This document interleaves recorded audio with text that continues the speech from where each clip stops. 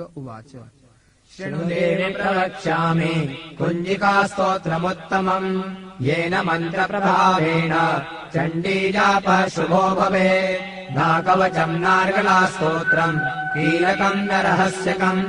नासूक्तम् नापि ध्यानम् च नान्यासो न च वाचनम् कुञ्जिकापाठमात्रेण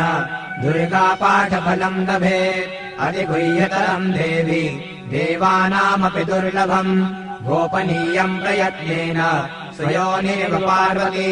मारणम् मोहनम् वश्यम् स्तम्भनोच्चाटनादिकम् पाठमात्रेण संसिध्ये कुञ्जिकास्तोत्रमुत्तमम् ॐ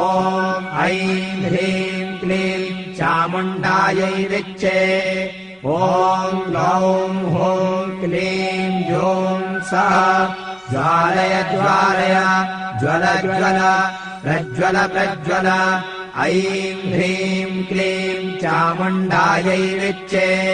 ज्वल हं सं लं शं फट् स्वाहा नमस्ते रुद्ररूपिण्यै नमस्ते मधुमर्दिनी नमः कैटवहारिण्यै नमस्ते महिषादिनी नमस्ते शुम्भहन्त्रै च निशुम्भासुरघातिनि जागतम् हि महादेवी जपम् सिद्धम् कुरुष्व मे ऐङ्कारी सृष्टिरूपायै ह्रीङ्कारी प्रतिपालिका क्लीङ्कारी कामरूपिण्यै बीजरूपे नमोऽस्तु ते चामुण्डा चण्डघाती च यैकारी वरदायिनी विच्चे चाभयदा नित्यम् नमस्ते मन्त्ररूपिणी धां धीं धूं दुर्जटेः पत्नी वां वीं ॐ वागधीश्वरी क्रां ह्रीं ह्रूं कालिका देवी शां श्रीं शूं मे शुभम् कुरु हुं हुं हुङ्काररूपिण्यै जं जं जं जम्भनादिनी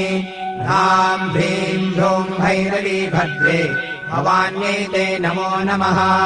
अं कं जं तं तं पं जं शं ह्रीं धूं ऐं ह्रीं हं शं धियाग्रं धियाग्रं त्रोटय त्रोटय दीप्तं कुरु कुरु स्वाहा वां ह्रीं ॐ पार्वती पूर्णा खां ह्रीं ॐ खेचरी तथा सां श्रीं सों सप्तशती देव्या मन्त्रसिद्धिम् कुरुष्व मे इदम् तु कुञ्जिकास्तोत्रम् मन्त्रजागर्ति हेतवे अभक्तेनैव दातव्यम् कोपितम् रक्ष पार्वती यस्तु कुञ्जिकया देवी हीना सप्तशतीम् पठे न तस्य जायते सिद्धि शरण्ये रोदनम् यथा।